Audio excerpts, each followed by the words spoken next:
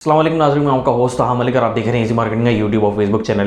नाज़रीन, आज की इस वीडियो में हम बात करने जा रहे हैं ओवरऑल रियल एस्टेट की मार्केट के हवाले से। पाकिस्तान भर की जो रियल एस्टेट की मार्केट है वो हमने देखा कि 2021 में बहुत ज़्यादा तेज़ थी, लेकिन 2021 के बाद जब 2022 का टाइम आया तो 2022 के शुरू में थोड़ी बेहतर थी मार्केट, लेकिन फिर 2022 के जो दूसरा क्वार्टर आप एक तरीके से कहते हैं शुरू होता है तो उसमें हमने देखा कि मार्केट नीचे की तरफ आई। मार्केट का जो ग्राफ था वो नीचे ही रहा और अभी तक नीचे ही है। ज़्यादा बेहतरी हमें मार्केट में देखने को नहीं मिली। ये बेहतरी क्यों नहीं हो रही और ये जो फैक्टर्स हैं ये क्या फैक्टर्स थे जिनकी वजह से जो ओवरऑल मार्केट थी वो नीचे की तरफ आई, मार्केट क्रैश होती हुई एक तरीके से हमें नजर आई। हम कहते हैं कि बहुत ज़्यादा क्रैश तो नहीं हुई, लेकिन हाँ मार्केट जो रुक गई, मार्केट जो नीचे आई है, उनकी क्या वजूहत थी, तमाम चीज़ें आपको इस वीडियो के अंदर बताने जा रहा हूँ। और आपको ये बताता चलूँ जो सबसे पहली वजह थी वो 2022 में नहीं, 2022 से पहले 2021 के एंड में ही थी।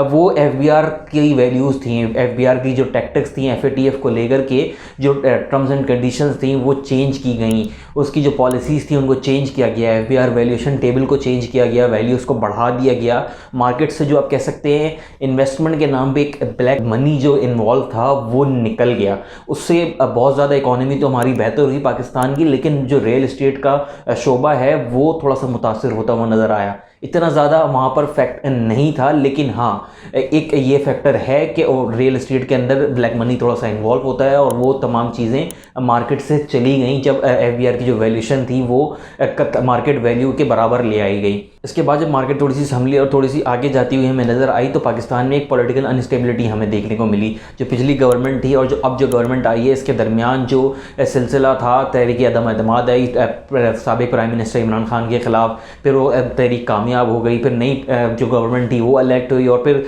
एक जो पॉलिटिकल अनस्टेबिलिटी थी वो हमें वाज़ेह तौर पर नज़र आई। उसकी वजह से जो मार्केट थी वो बहुत ज़्यादा अफेक्ट होती हुई हमें नज़र आई है। सिर्फ मार्केट ही नहीं, उसके अलावा जो दूसरे शोबे थे रियल एस्टेट के अलावा वो भी इससे बहुत ज़्यादा अफेक्ट होते हुए हमें नज़र आए। इसकी वजह से जो ओवरसीज़ इन्वेस्टर था हमारा वो निकलता हुआ हमें हमारी मार्केट से नज़र आया। और जो ओवरसीज़ इन्वेस्टर था वो हमने देखा कि जो पाकिस्तानी ओवरसीज़ इन्वेस्टर है या जो पाकिस्तानी इन्वेस्टर्स हैं उन्होंने पाकिस्तान में इन्वेस्ट करने की बजाय दुबई में इन्वेस्ट करना स्टार्ट कर दिया। और फिर एक रिपोर्ट के मुताबिक ये भी कहा गया कि बहुत ज़्यादा नंबर्स के अंदर पाकिस्तानी इन्वेस्टर्स दुबई की जो रियल एस्टेट मार्केट है उधर इन्वेस्ट कर रहे हैं।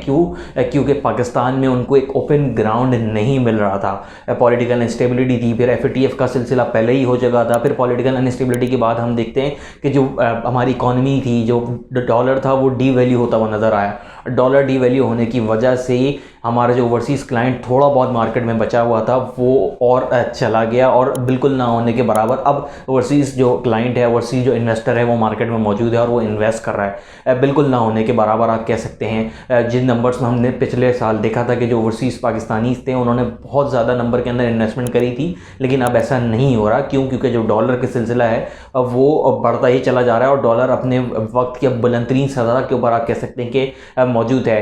थोड़ा बेहतरी आई है, 250 तक डॉलर गया था, अब 210, 215, 220 पे ट्रेड कर रहा है, लेकिन अभी भी ओपन मार्केट के अंदर जो तमाम सूरत हाल है वो आपके सामने है। इसके बाद आपको बताते चलेंगे जो इन्फ्लेशन का फैक्टर था, इन्फ्लेशन भी पाकिस्तान में बढ़ती हुई नज़र आई।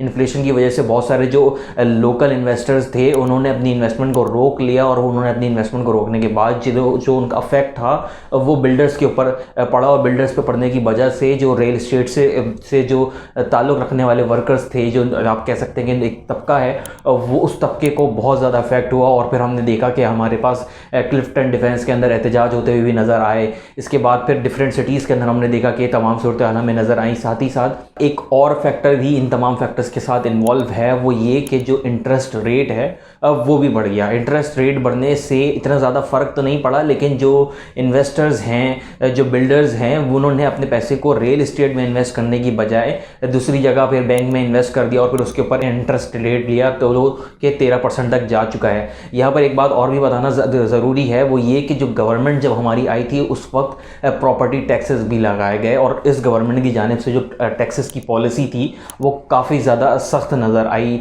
हमने देखा जो कि नॉन फाइलर हैं उन पर 7% तक टैक्स को बढ़ा दिया गया। मार्केट में जो टैक्स का ड्यूरेशन था वो 4 साल से बढ़ा करके 6 साल तक कर दिया गया। ये एक मेजर फैक्टर था जो कि हमारे पास इस गवर्नमेंट को चेंज होने के बाद नज़र आया, जिसकी वजह से इन्वेस्टर्स मार्केट में रहा ही नहीं। अभी सिर्फ और सिर्फ हमारे पास वो लोग मार्केट में मौजूद हैं जो जेन्युइन बायर्स एंड सेलर्स हैं, जो मार्केट में प्रॉपर्टी खरीद रहे हैं और वो इस नीयत से खरीद रहे हैं कि वहाँ पर उन्होंने रिहाइश इख्तियार करनी है, इस नीयत से नहीं कि उन्होंने अपनी प्रॉपर्टी में इन्वेस्ट करना है और वहाँ से रिटर्न ऑन इन्वेस्टमेंट लेनी है। इस नीयत से बहुत से कम लोग हैं जो अभी मार्केट में मौजूद हैं और बहुत से लोग मार्केट से निकल के भी जा रहे हैं। मार्केट में बहुत एक कम तबका रह गया है जिन्होंने अपनी एसेट्स को, अपनी प्रॉपर्टीज़ को होल्ड किया हुआ है। आज के लिए इतनी, अपने होस्ट ताहा मलिक को दीजिएगा इजाज़त। अल्लाह हाफ़िज़।